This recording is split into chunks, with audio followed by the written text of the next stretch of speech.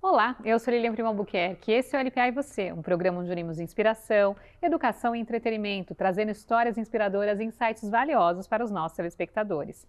Hoje recebo Roberto Fragoso, contador, advogado, administrador, formado em administração de empresas e mestre em direito tributário, com uma trajetória sólida que conecta finanças, filosofia e estratégia empresarial, com passagens pela JP Morgan, Arthur Andersen, Mastercard, Carrefour, entre outras empresas. Ele tem uma carreira muito sólida relacionada à área tributária, de governança, gestão corporativa e atualmente ocupa posições importantes e é presidente da ANEFAC, Associação Nacional dos Executivos. Roberto, um prazer te receber aqui. Muito obrigada. Obrigado pelo convite. Fico Eu que muito agradeço. honrado. Obrigada. Bom, você tem muita experiência, conhece diversos segmentos, acho que essa conversa vai ser muito rica, inclusive para a gente orientar as pessoas aí de casa, entenderem sobre o segmento tributário, mas também entenderem sobre jornada.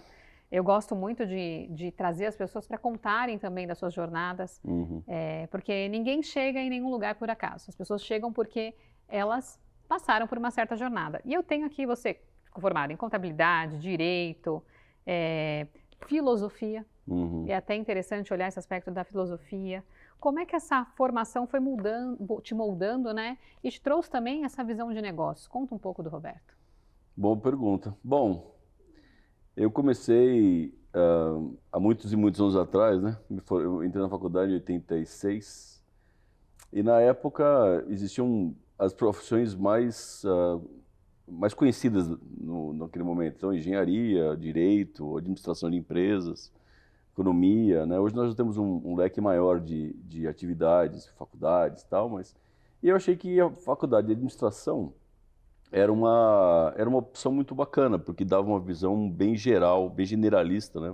Uma formação humana, uma formação de finanças, uma formação ampla. E eu comecei a me aventurar pelo mundo da administração. No comecinho da época, naquela época, em 86 até 90, era um mundo bem diferente do que a gente vive hoje. Então, inflação galopante, a restrição de capital estrangeiro, não podia importar carro naquela época, só tinha as marcas que tinham montadoras aqui no Brasil. Então, era uma outra realidade, uma realidade bem diferente.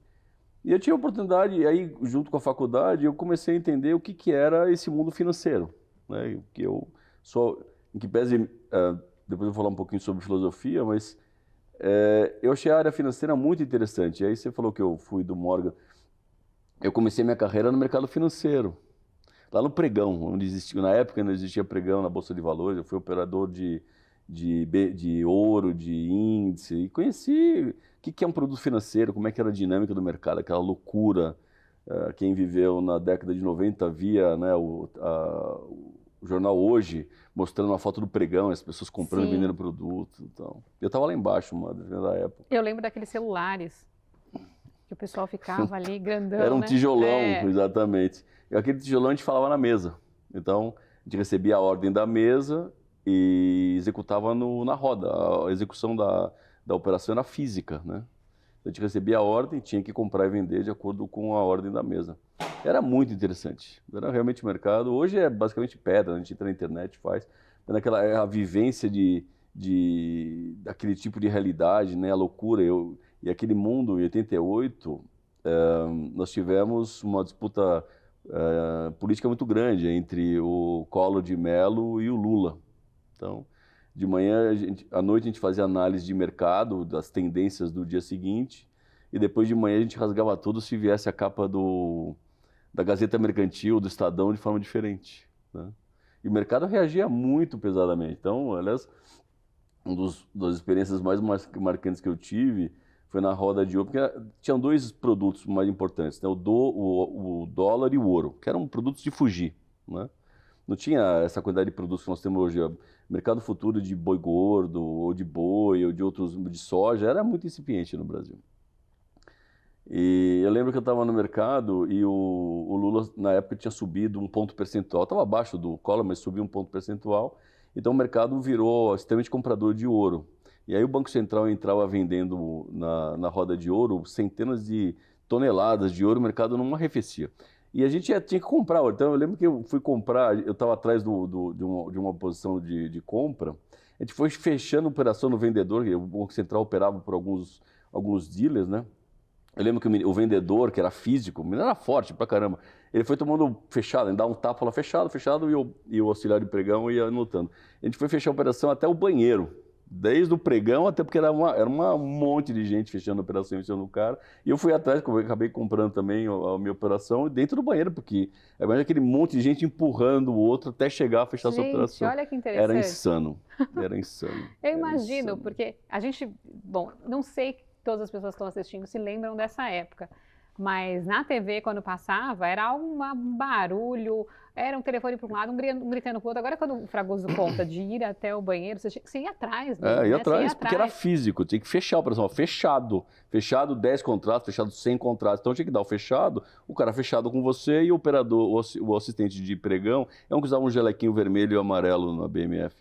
Ele ia anotando, e depois pegava, era a boleta física, então anotava o comprador, o vendedor, e a boletinha passava no sistema da BMF e aí fazia a transferência das posições. Que interessante. Era muito interessante, muito. Era insano, era um mercado... Era insano, claro, imagino, porque insano. A cabeça para tomar a decisão... Isso também reflete uma pessoa que tem a capacidade de tomar a decisão em momentos rápidos, o que você não tinha muito tempo para pensar, você tinha que ser estratégico. Decisão, ali embaixo, a decisão tem que ser muito rápida, tem que conhecer muito bem, assim, aprendizados de liderança são incríveis, porque a gente tem que conhecer muito bem o que faz, conhecer todos os parceiros da roda, em que pese as pessoas estão em posições diferentes, eventualmente, mas tem que ter um nível de confiança mínimo para evitar problemas, porque se eu disse que eu comprei de você 10, você falou que não vendi, como é que faz? E são pessoas que estão todo dia lá se relacionando, então tem um nível de confiança entre todos os operadores relativamente grande para evitar problema, porque os problemas eram financeiramente muito grandes. Se desse um erro numa operação de 100 contratos de ouro, sei lá quanto é que vale hoje, mas são com certeza alguns milhões de reais de posições diferentes entre corretoras, o que era muito traumático. Então, assim, cria-se esse ambiente, né, mesmo agressivo, duro, né, porque tem muito dinheiro e as pontas muito nervosas por conta daquela situação específica. O pregão, ele era agitado, ele era duro, mas as pessoas tinham um relacionamento muito bom. Aliás, um dos melhores aprendizados que eu tive, tinha acabado de chegar, eu era... é uma história muito curiosa, ver como é que é, e também tem muito a ver com a questão de pessoas, né? Governança, relacionamentos, enfim, como as coisas têm sucesso. Quando eu cheguei no pregão, eu não tinha conhecimento. Eu fiz o curso de operador e no dia que eu cheguei, depois de fazer o curso, os 2 operadores foram embora, foram para falecida era um banco francês, não lembro o nome. E eu fui operar mercadoria física, sempre a gente compra mais barato e vende mais caro. E me pediram para fazer um mercado de taxa de juros, que é o contrário. Então a gente compra mais caro e vende mais barato. Né? O que é empiricamente estranho, né? Comprar mais caro e vender mais barato. Mas você compra na alta... eu compro taxa de juros, que é diferente. Entendi. Porque a forma de tratar com a taxa de juros, eu compro ela mais cara e vendo mais barato. Né? E eu não tinha aprendido ainda e estava tentando fazer uma operação lá e eu comecei a pregoar como eu estava acostumado. Eu tinha recém aprendido na roda de ouro, porque eu fiz o curso, os meninos foram embora, eu desci imediatamente para o pregão para operar, porque não tinha outro operador e eu já tinha a licença para ser operador, que também era muito complicado. Para ter licença, tinha que fazer um curso enorme na BMF, fazer a prova e se passasse, aí sim tinha licença. E aí eu estava apregoando errado e um menino olhou, estava na roda comigo. Se fosse um cara com um pouco menos de valor, ele teria dito fechado, e teria ganhado uma grana em cima de mim, eu teria sido demitido facilmente, porque não ia saber fazer aquilo que eu estava lá para fazer. Ou pelo menos ia tomar uma dura do gerente da mesa.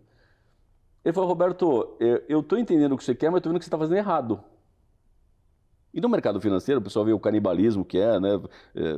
Todo mundo querendo ganhar o dinheiro em cima do outro. Lá no pregão existia essa confiança, pelo menos assim que eu vi na minha passagem. Ele falou, não é isso que você quer, só pode ser ao contrário. E aí, eu falei, deixa eu entender direito. Ele falou, não, faz assim, assim, assado. E aí fiz a operação, inclusive com ele a operação. Então você vê que num ambiente de negócios difícil, duro, com muito dinheiro envolvido, existem pessoas que estão genuinamente, verdadeiramente focadas em fazer as coisas boas, certas. Né? Não, e eu acho que isso é fundamental, porque trabalhar de forma genuína, inclusive vai dar resultado para aquela pessoa que está te vendendo, porque ela vai conseguir em outros momentos vender bem também, porque se ela fez errado hoje, pode ser que não vai dar certo depois. Exatamente. Eu acho que o mundo tem que ser genuíno justamente para a gente fazer as coisas de uma forma mais leve, ser mais saudável nas decisões. E quando o Fragoso traz aqui um posicionamento onde ele estava no meio de um desafio financeiro, onde ele não tinha expertise, mas uma pessoa que poderia ter ganhado em cima dele, resolveu orientá-lo, essa pessoa com certeza ela teve ganhos de outras formas, de forma saudável. Porque ela é saudável, né? Acho que essa característica é muito importante, ela é genuína. E ao longo da sua trajetória, você transitou por diferentes setores, gestão e tomada de decisão, com certeza, esse foi uma área que você aprendeu muito, mas tiveram outras áreas que te ajudaram a aprender muito também sobre o cenário de gestão e tomada de decisão? Alguns dizem que nós somos a nossa história, ou somos uma grande teia de bons relacionamentos, né? Acho que todos os fatos na minha vida, de certa forma, impactaram um pouco do que eu hoje sou, né? E essa construção é longa, né? Eu vou fazer quase 60, então tem uma longa história já de... Mas ainda é um menino, porque a gente vai viver até 150 anos, essa é a meta para todo mundo aqui, gente. Vamos pensar assim. É verdade, que vivamos com saúde. Com saúde. Né? Eu comecei a trabalhar em 1986, então vão fazer 40 anos agora esse ano que eu tô de verdade nessa loucura das 6 até as 11, sempre foi assim. E tem assim, em toda essa passagem, eu, graças a Deus, tive a oportunidade, por ser muito curioso, de aprender coisas interessantes e sair um pouco da execução e tentar entender um pouco da causa. Sei que tem tudo, tem uma causa, mas algumas coisas têm uma certa justificativa plausível para existir.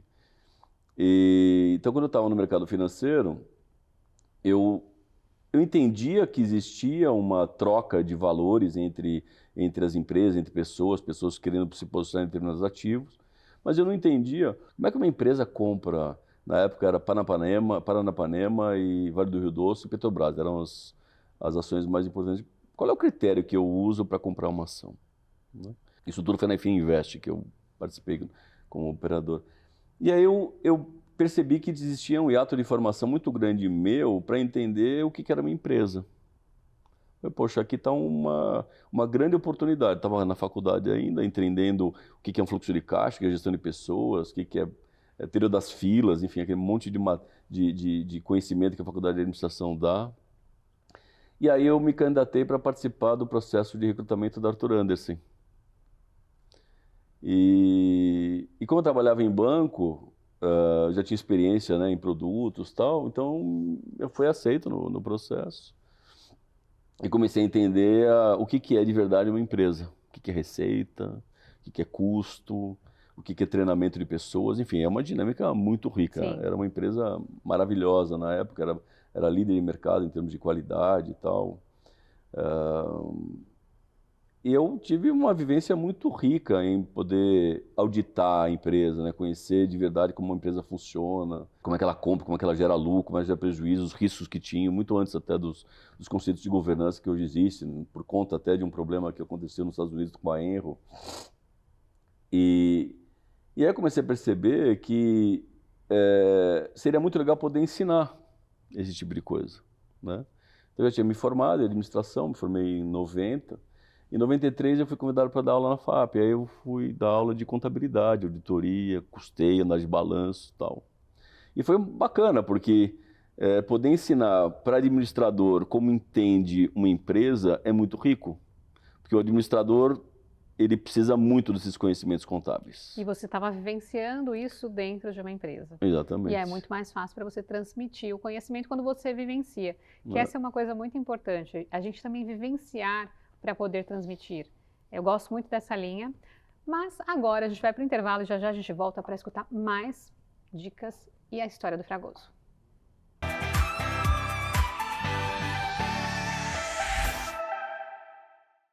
Investir não é apenas mover capital, é mover histórias. Essa é a filosofia de Lilian Primo Albuquerque. Com mais de 20 anos de mercado, ela traz na bagagem 15 anos de liderança na IBM e imersões no Vale do Silício e Israel. Ela transformou essa expertise em impacto real, criadora da mentoria LPA e do programa LPA e Você, que começou pequeno e hoje é multiplataforma, alcançando milhões de pessoas em emissoras no Brasil e nos Estados Unidos. Sua influência molda o mercado. É head de empreendedorismo na ANEFAC, vice-presidente no Instituto Êxito e colunista de tecnologia na Nova Brasil FM. Mas é no investimento que ela acelera o futuro. Premiada 2 vezes com o Boss Awards, Lilian tem mais de 80 startups no portfólio. Ela aposta em quem ousa criar. Lilian Primo Albuquerque, a mentalidade que escala, conecta e transforma.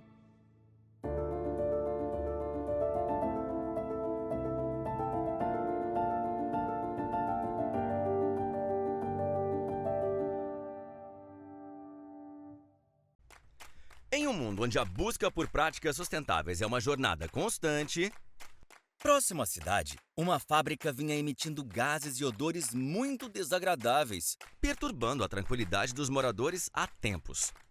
Não suportando mais, representantes da comunidade passaram a pressionar o responsável para que uma atitude fosse tomada. A fábrica foi finalmente autuada pela fiscalização, e até mesmo os colaboradores já ameaçavam parar os trabalhos.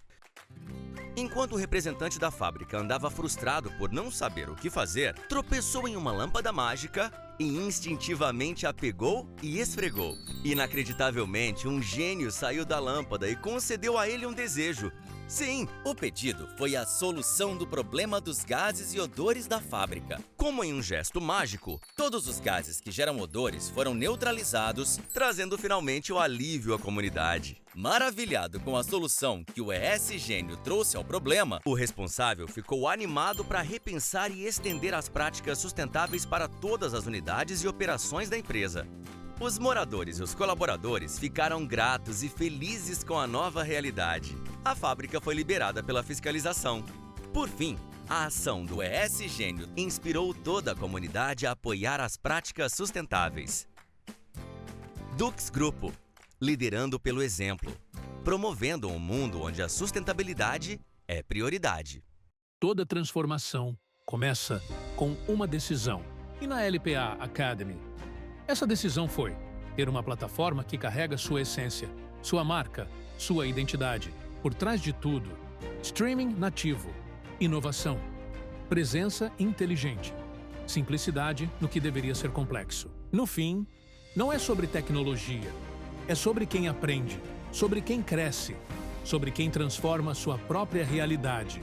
Você entrega conhecimento, nós entregamos a tecnologia e a liberdade para escalar o seu propósito.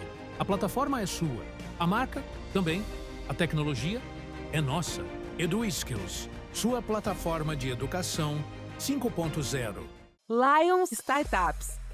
Estrutura completa para alavancagem de novos negócios tecnológicos. 6.000 metros quadrados de área construída, uma revolução em tecnologia e inovação, com amplo espaço de desenvolvimento, lab de programação, salão de jogos, piscina integrada com academia, espaço zen, restaurante, sala para grandes reuniões, heliponto e muito mais. Lions Startups. Ideias que transformam.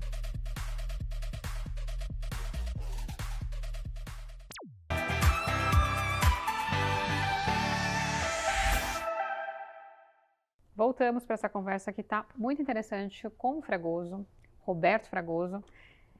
E eu queria que ele trouxesse um pouco mais de informação aqui para a gente sobre essa evolução que ele teve, olhando tantos segmentos. Por exemplo, ele sabe que, nós sabemos, né, que o sistema tributário brasileiro é bem complexo e ele atua também nessa área. Na prática, conta pra gente qual que é o maior erro que as empresas cometem nessa área tributária, porque eu acho que deve ter muitos. Eu me desafio muitas vezes e conhecendo pouco ainda desse ecossistema. Excelente. Nunca ninguém me perguntou isso, eu te dou crédito. O que as empresas mais, pessoas e empresas, pessoas físicas e jurídicas, então, mais erram, é não dar o devido crédito à complexidade da área tributária. Porque, por exemplo, só os MCNs, dependendo de qual lugar que você está. O leite da vaca é diferente do leite da ovelha, do que for. Dependendo da cidade, dependendo do local. Eu lembro que a gente construiu uma solução junto com o parceiro desenvolveu com inteligência artificial, que era só para calcular qual era o ICM correto, qual era o imposto, para poder entender, porque na região tal era diferente. Como é que gerencia um negócio Exato. desse? Porque o primeiro ponto é entender que existe um nível de complexidade enorme aí dentro. E isso impacta diretamente o resultado da empresa. Então, como é que lida com um ambiente desse? Tendo os melhores profissionais, sem dúvida. Não tem economia, aí não tem dinheiro, não tem centavo mal gasto. E mesmo nas grandes empresas, tem estruturas melhores, ainda tem muita oportunidade. Porque é muito complicado. E hoje, ferramentas ajudam muito a entender As ferramentas são muito melhores. No passado era na unha, a gente tinha que ter esse cálculo, você está falando do leite. Em um estado é diferente do outro e eu faço o preço de acordo com o tributo de cada estado. E as minhas políticas de venda, meus critérios comerciais, eles têm que levar em conta toda a estrutura tributária para definir o preço final.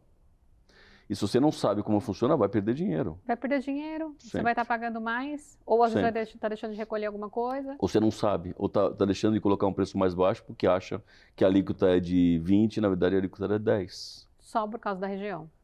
E o produto, né? E o produto. Então, mas as variáveis são enormes. Muitas. Então, é uma área que tem que ser muito bem administrada. Indiferente da empresa é um pouco menor, presumido, eventualmente simples, nacional, tem uma série de coisas que a empresa não tem conhecimento. Um exemplo, refeição. Num restaurante pequeno, às vezes o contador coloca junto da conta a garrafinha de Coca-Cola. Né? E cobra junto à refeição. A Coca-Cola já foi tributada, não é para tributar, mas ele não sabe, então tributa 2 vezes. Olha só. É uma besteira, mas assim, é muito dinheiro para o restaurante pequenininho. Então, a área tributária, numa dimensão de qualquer empresa, ela é extremamente relevante. E o dono deveria ter conhecimento e fazer as melhores perguntas para garantir que ele tenha a tributação adequada. E a tributação adequada é a certa e a mais barata. Eu estou na área tributária desde 92. Eu diria que eu nunca vi um lugar que não tivesse nenhuma questão tributária para ser discutida. Em qualquer âmbito, em qualquer tipo de empresa, sempre tem questões importantes. E se o executivo não força esse debate rico, as coisas passam. Isso também por segmento, né? Por exemplo, eu invisto numa startup que olha a área contábil para médicos. Uhum. Por quê? Porque é outro tipo de cobrança.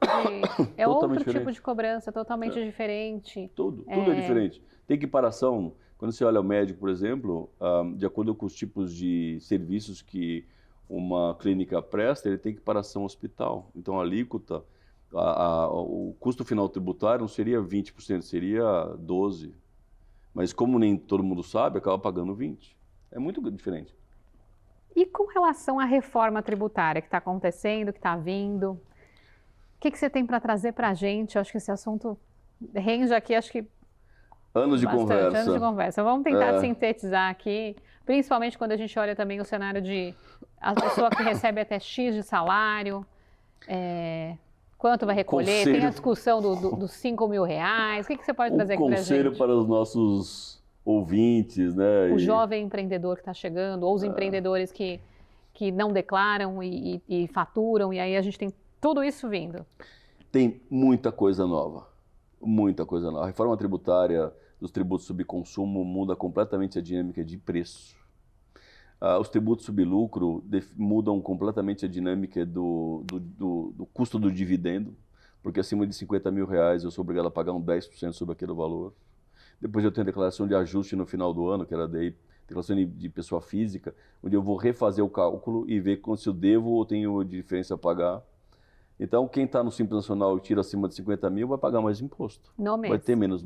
No mês e no final do ano. E no final do ano, então, na hora que somar. Vai ter menos riqueza, vai sobrar menos dinheiro. Isso impacta no seu projeto de reinvestimento. E qual é o benefício para esse profissional que recebe esse valor?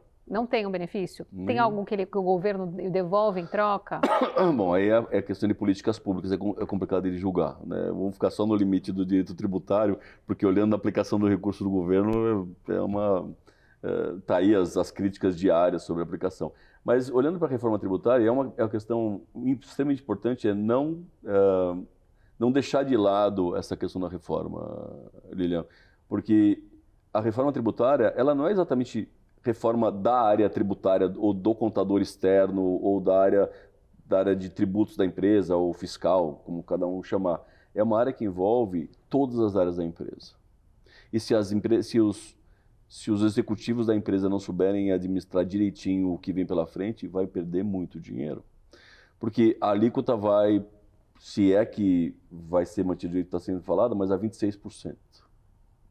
Então, eu vou ter que saber repassar um determinado valor na minha nota fiscal para que eu não perca dinheiro e vou também ter que negociar com os meus fornecedores de tal forma com que eu não receba mais do que deveria ser. Para não ser uma bitributação, estou pagando de novo. Para não impactar meu custo.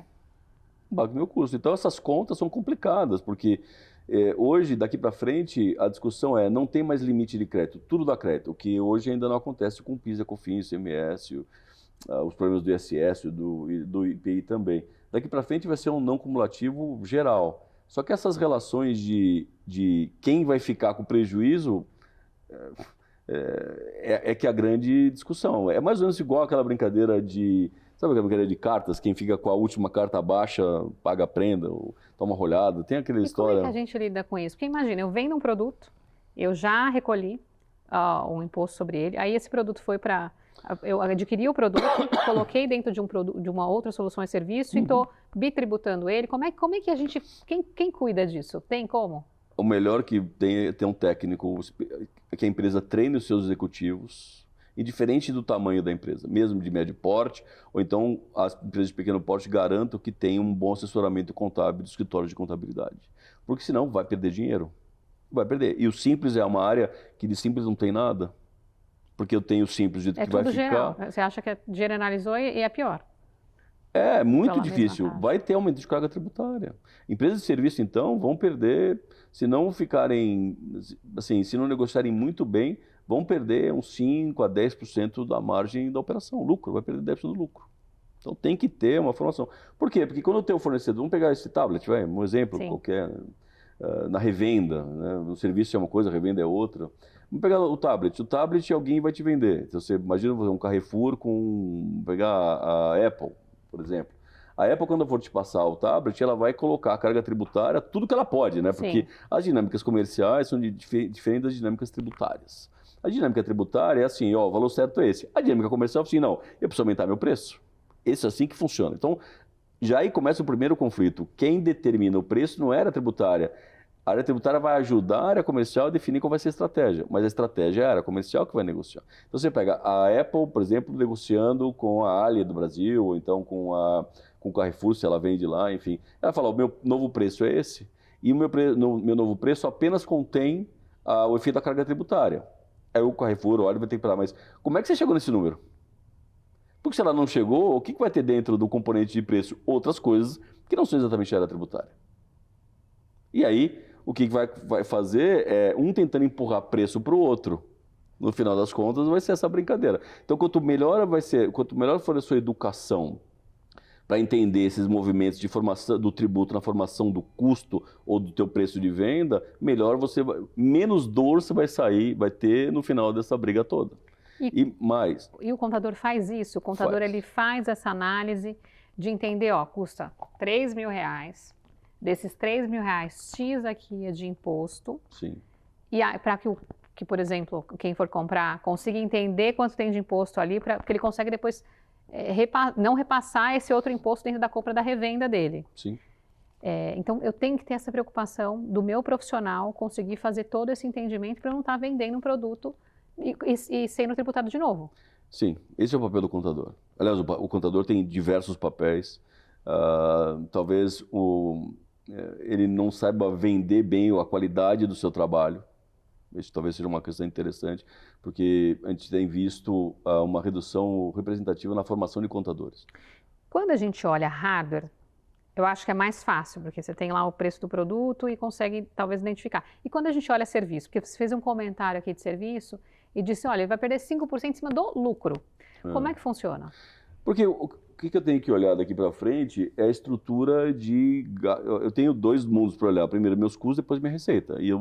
No mínimo, seria adequado imaginar que eu vou conseguir chegar depois da reforma com a mesma margem, o mesmo resultado do meu lucro líquido. Vai? Porque no final das contas, o lucro líquido é o dividendo que vai chegar no seu bolso. Uhum.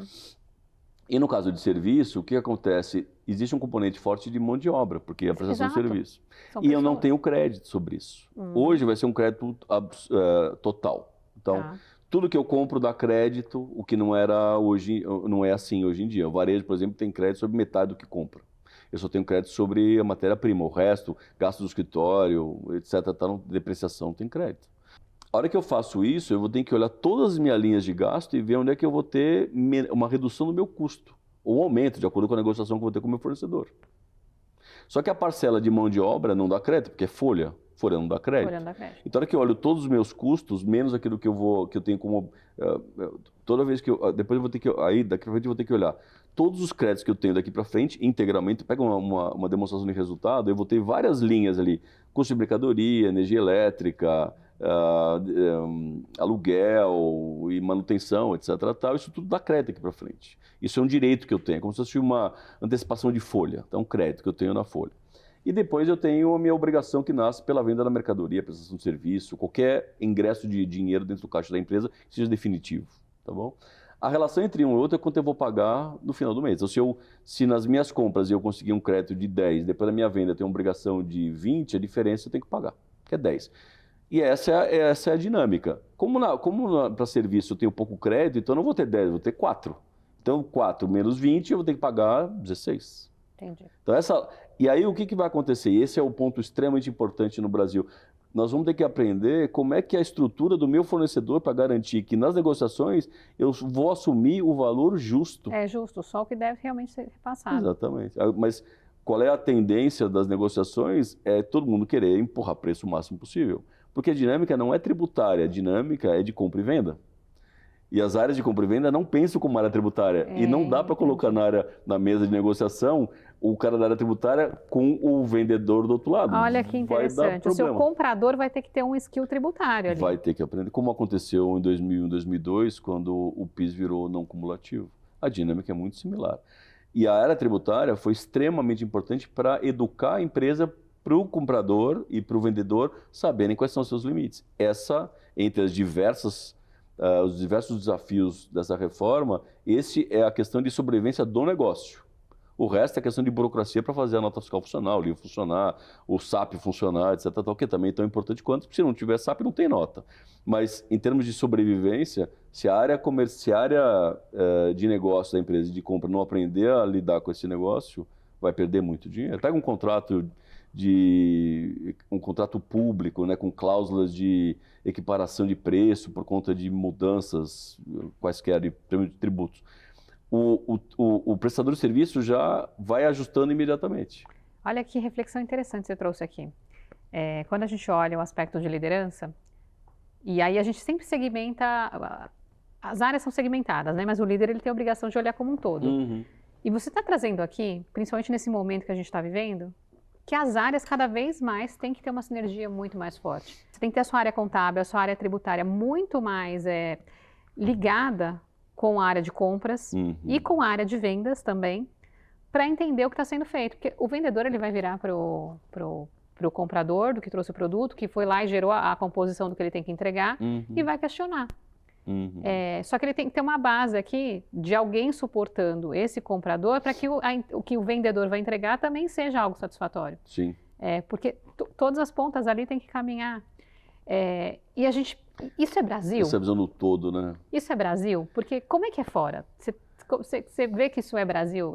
Porque todo mundo fala, não, o Brasil é muito complexo. O Brasil, a área de impostos é muito complicada. O Brasil, a inflação. O Brasil... Mas isso é Brasil? Olha, isso é a natureza humana, né? Natureza humana. O nosso mundo é complexo.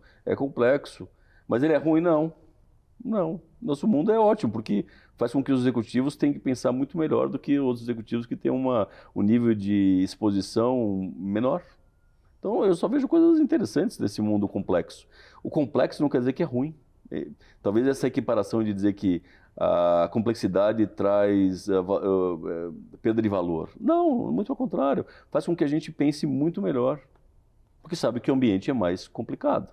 Então, o que é um jogo mais fácil? Rouba-monte ou um jogo de cartas mais sofisticado, um poker, por exemplo? Não vou me aventurar muito, porque eu não sou muito de poker, mas rouba-monte eu conheço bastante, joguei minha vida inteira.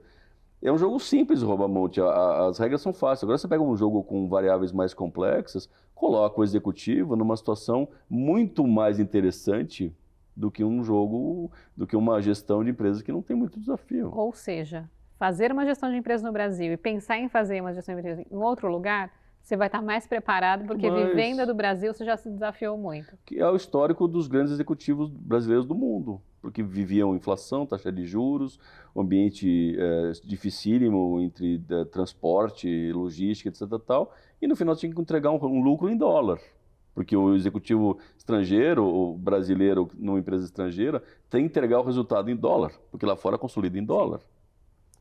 Muito interessante. Olha quantos insights nós tivemos aqui com o Roberto Fragoso, mas agora nós vamos para o intervalo e já já a gente volta.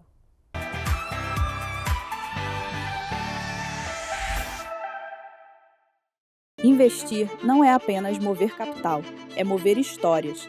Essa é a filosofia de Lilian Prima Albuquerque. Com mais de 20 anos de mercado, ela traz na bagagem 15 anos de liderança na IBM e imersões no Vale do Silício e Israel. Ela transformou essa expertise em impacto real, criadora da mentoria LPA e do programa LPA e Você, que começou pequeno e hoje é multiplataforma, alcançando milhões de pessoas em emissoras no Brasil e nos Estados Unidos. Sua influência molda o mercado. É head de empreendedorismo na ANEFAC, vice-presidente no Instituto Êxito e colunista de tecnologia na Nova Brasil FM. Mas é no investimento que ela acelera o futuro.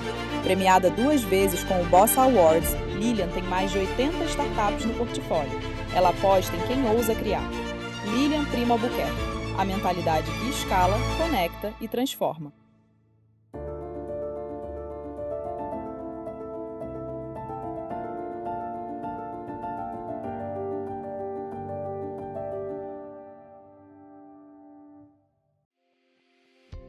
Apresentamos o ESGênio, o gênio da sustentabilidade da Dux Grupo. Famoso por suas batalhas contra gases e odores prejudiciais e desagradáveis, sempre em busca de melhorar a qualidade do ar nas indústrias de reciclagem animal. Tais indústrias enfrentam frequentemente problemas com a emissão de gases e odores indesejáveis. Mas não se preocupe, o ESGênio está aqui para fazer a sua magia. Resolver de vez esse problema ambiental. Aliás, parece magia, mas não é. É a mais avançada tecnologia que neutraliza as moléculas de gases odoríferos, transformando-as em novas moléculas atóxicas e sem odor. Com o ESGênio da Dux Group, seus desejos foram atendidos. Os incômodos gases e odores agora serão apenas histórias. Entre em contato conosco e descubra como podemos ajudar a promover mais saúde, bem-estar, segurança e qualidade de vida no seu ambiente.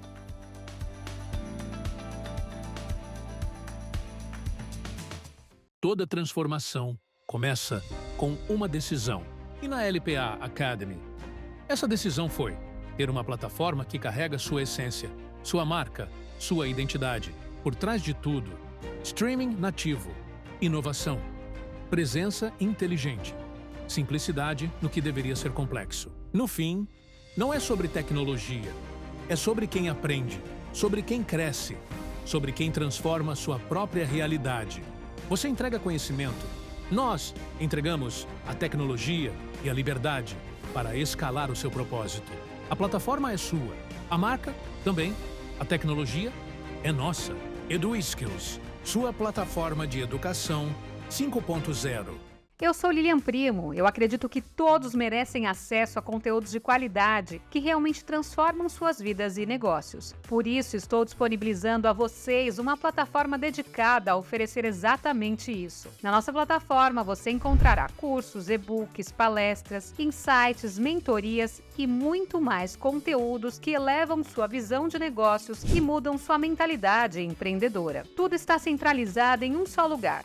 facilitando o acesso a materiais enriquecedores que levam você para o próximo nível. Além dos meus conteúdos, você também encontrará contribuições valiosas de outros mentores experientes, oferecendo uma visão ampliada e diversificada. A plataforma foi criada para transformar seu conhecimento em poder e sua visão em realidade. Venha fazer parte da LPA.Academy, que inspira, educa e transforma. Acesse agora e alcance novos patamares. Se você busca empreender, se qualificar ou aprender uma nova profissão, você precisa conhecer a plataforma de conhecimento do Instituto Êxito de Empreendedorismo. São mais de 1000 conteúdos, 100% gratuitos e online, para você assistir quando e onde preferir. E todos os nossos cursos fornecem certificado. Desenvolva suas habilidades profissionais com o Instituto Êxito de Empreendedorismo.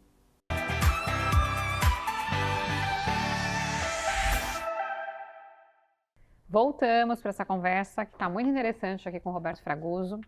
E o Roberto, ele atua em vários segmentos, está envolvido com a área contábil, jurídica, área da filosofia, e também ele atua na ANEFAC, que é a Associação Nacional dos Executivos, que eu também atuo na ANEFAC, né, Roberto? Graças a Deus tenho você lá comigo. Estamos é um grande lá. prazer. É um prazer. Eu gosto muito da ANEFAC, acho que a dinâmica, o grupo, eu já estou há alguns anos, acho que já vai fazer uns 10 anos que eu estou com o grupo da ANEFAC. Comecei lá como diretora de tecnologia, fui para VP de tecnologia e fiquei um tempo na área de tecnologia, depois vim para a Rede de Empreendedorismo e Startups, que nós criamos essa pasta.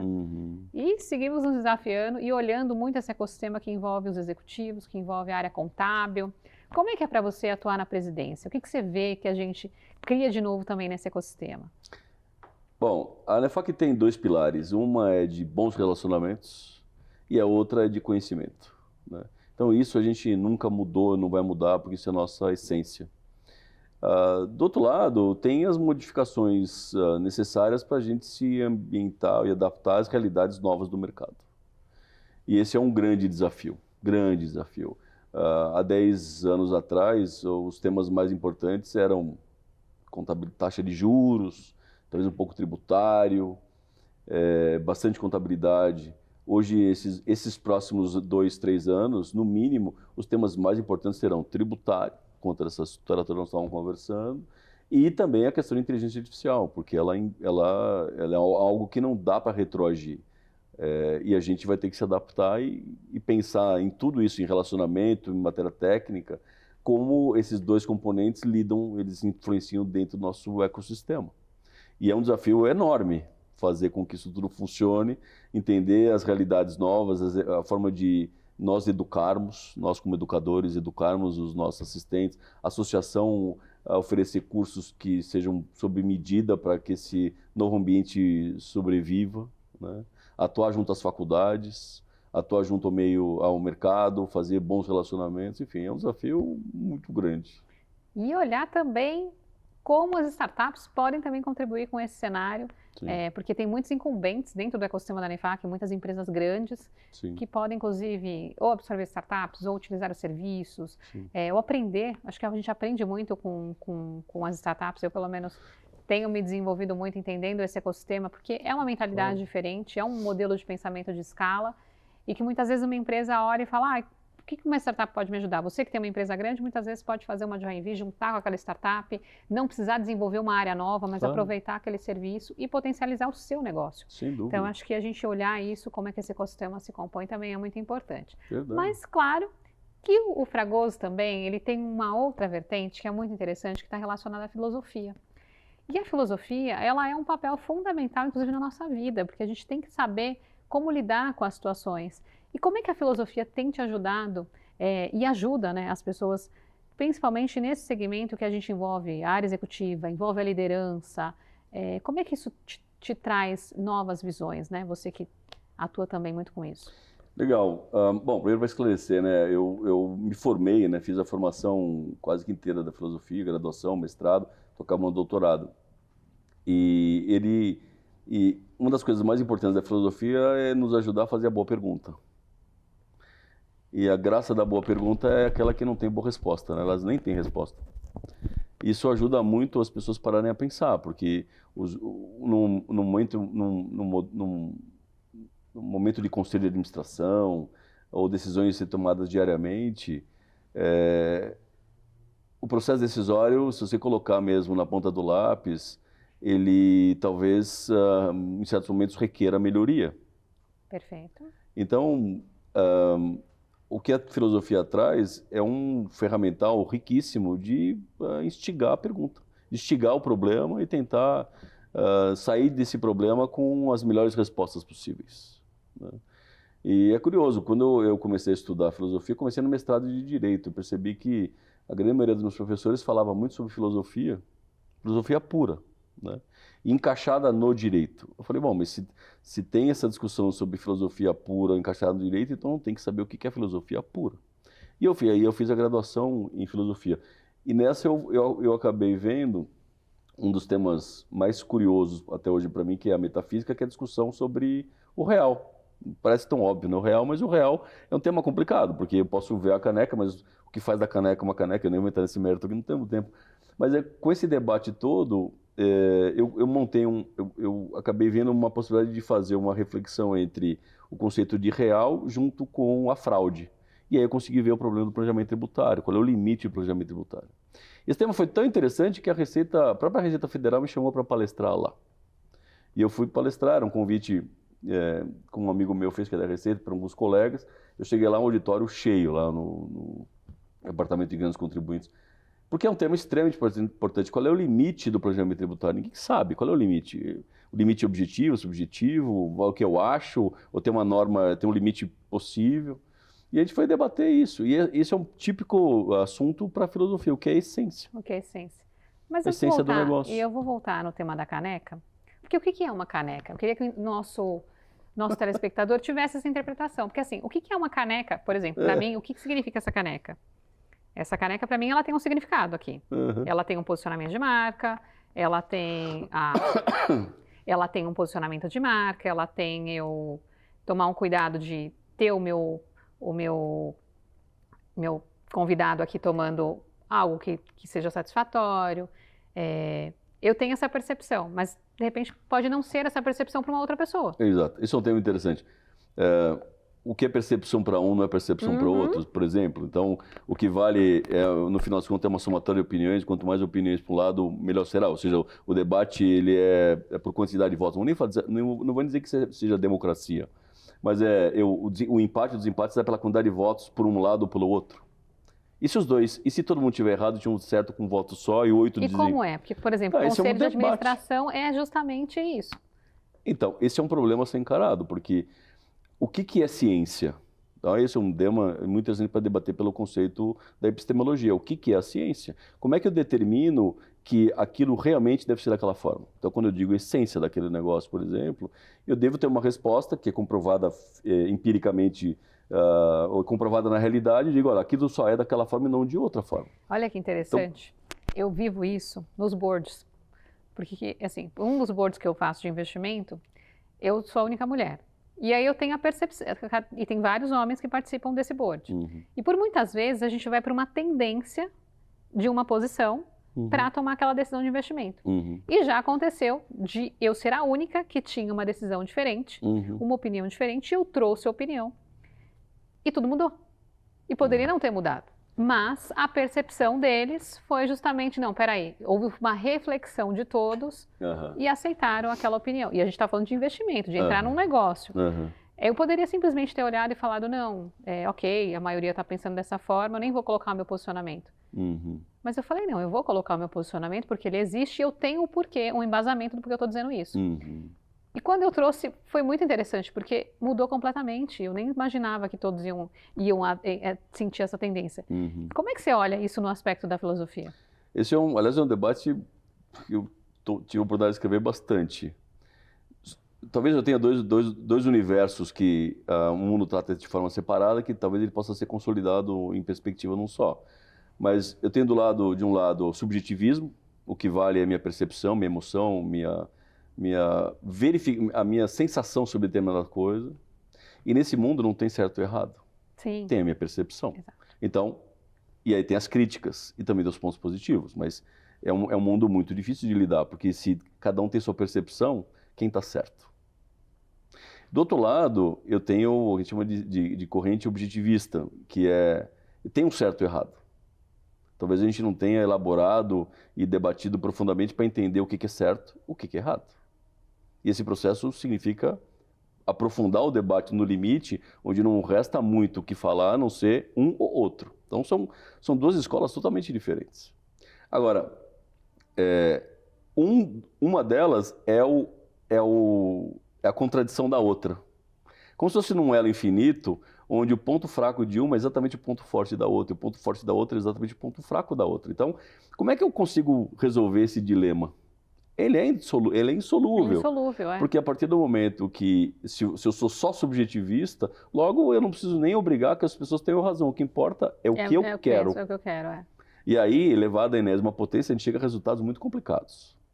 Perfeito. Do outro lado, o objetivismo fala o seguinte: não existe opinião, existe o que é certo e o que é errado. Opinião seria o meio termo entre o certo e o errado. Mas o que ele não ajuda num bom processo de decisão, porque tomar uma decisão por base de opinião significa que tem uma chance de errar ainda não calculada. Exato.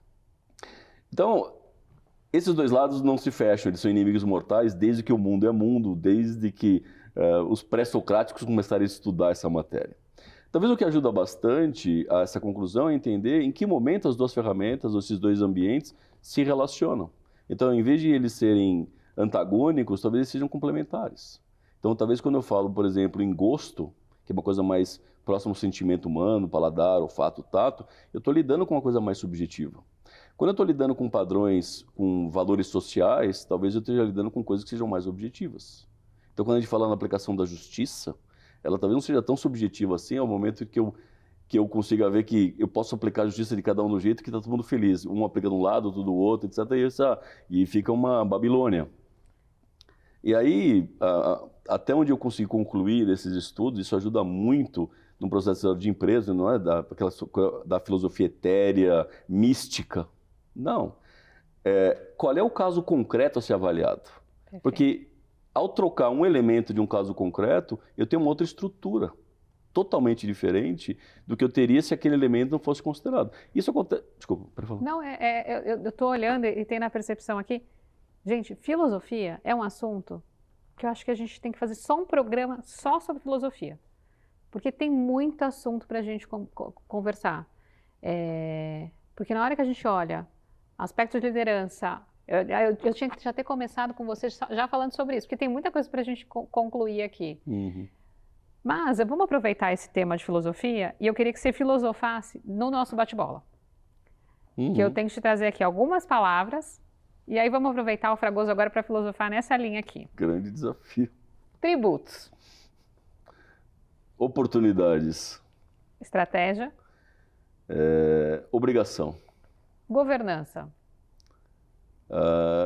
Avaliar custo. Compliance. No mesmo sentido. Decisão.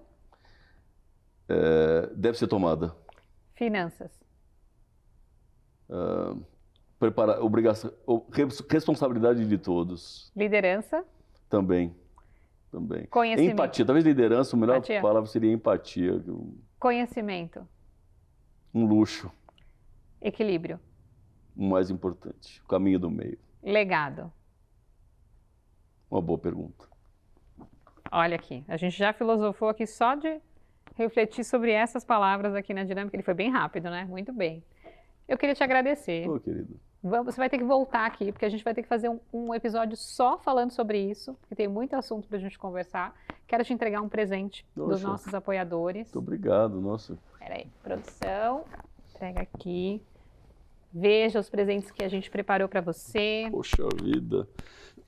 Tem um vinho, Que lindo. vinho da Finca Própria. A Finca Própria é a oportunidade de você ter a sua própria vinícola. Só com o meu nome ainda, mas Com que o seu honra. nome. Nossa, quero tomar. Eu vou ser o Marcelo. Nossa, vai ser uma honra.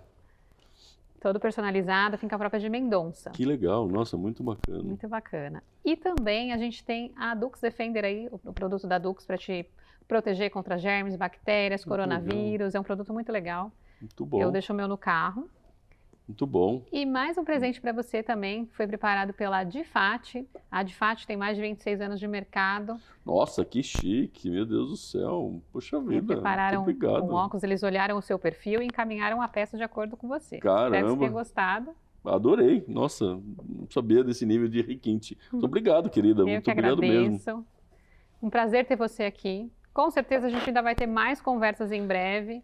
Então fica esse gostinho aí para vocês conhecerem mais ainda do que o Fragoso tem para trazer em um próximo momento. E aproveitem esse episódio que com certeza ele trouxe muitos insights. Queria que você deixasse redes, LinkedIn, para as pessoas te acompanharem.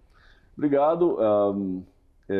Eu tenho meu LinkedIn, é Roberto Fragoso, tenho publicado algumas matérias mais focadas na área tributária, estou tentando me aventurar pelo Instagram, estou tentando me aventurar um pouco mais no Instagram para publicar matérias relacionadas à gestão, aos desafios da NEFAC e também um pouco de filosofia. É embrionário, mas eu estou tentando alguma coisinha nesse mundo.